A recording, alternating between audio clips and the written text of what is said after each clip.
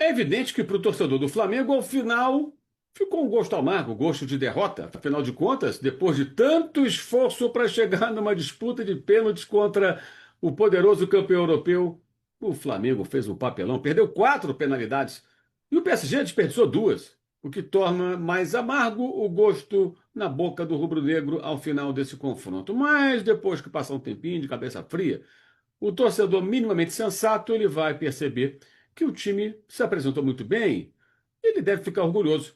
A diferença financeira e, consequentemente, técnica, né, é muito evidente, isso aí é muito claro. Você pode observar que o Flamengo, que geralmente é dominante nos jogos aqui no Brasil e na América do Sul, com mais posse de bola, controlando, criando, em vários momentos foi subjugado, teve que ficar marcando no seu campo, tendo a bola por muito pouco tempo e tentando evitar que o PSG chegasse ao gol.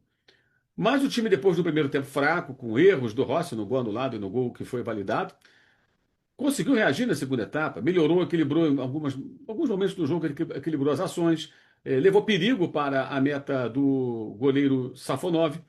Poderia até ter feito um segundo gol depois de empatar no pênalti bem batido pelo Jorginho, mas voltou a sofrer no final da prorrogação, né? Aí é natural, com desgaste, apesar das substituições muito boas feitas pelo Felipe Luiz, a qualidade técnica e a condição física melhor de um time que está no meio da temporada e não no final, o caso do Paris Saint-Germain, isso tudo pesou e, em consequência, houve uma pressão muito grande. Mas a defesa do Flamengo foi muito bem, né? Você pode notar que o Rossi não fez grandes defesas, porque o sistema defensivo funciona muito bem. Então, mesmo rondando muito a área do Flamengo, a equipe do PSG tentava criar e não conseguia ter chances claríssimas de gol, a ponto de o arqueiro do Flamengo, como eu disse, não ter feito grandes intervenções. Não foi tão exigido assim.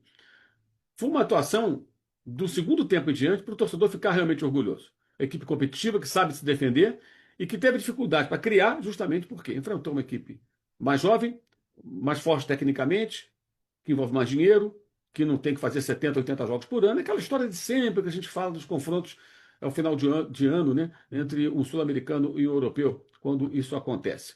Mas as cobranças de pênalti foram realmente lamentáveis, né? Um negócio meio constrangedor, perder 4 pênaltis seguidos. Isso depois de a equipe francesa desperdiçar 2. Ou seja, deu a chance, né? Quando o Saúl perde o primeiro, o PSG perde mais 2. Um deles com o Dembélé, o craque do time.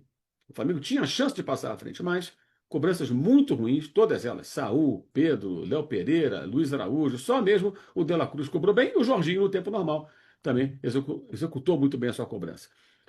O Flamengo volta para o Brasil sem o título mundial, o título intercontinental tão sonhado, mas isso não arranha a grande temporada, muito pelo contrário, do time e o torcedor, assim como em 2019, pode ficar sim orgulhoso da atuação da equipe rubro-negra.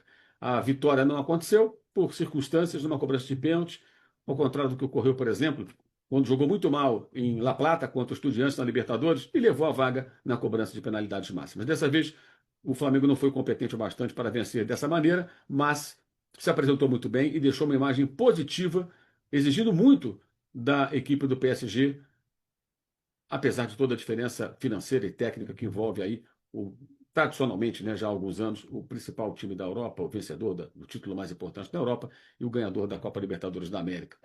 Isso porque essas equipes são seleções transnacionais e não contam com jogadores como os times sul-americanos contam, jogadores mais veteranos que são repatriados. São jogadores jovens, contratados no auge, ou a caminho do auge, e que são reunidos sob o comando de técnicos do primeiro nível, com estrutura maravilhosa, disputando grandes competições no nível altíssimo, mas esse intercâmbio pode muito acrescentar ao Flamengo.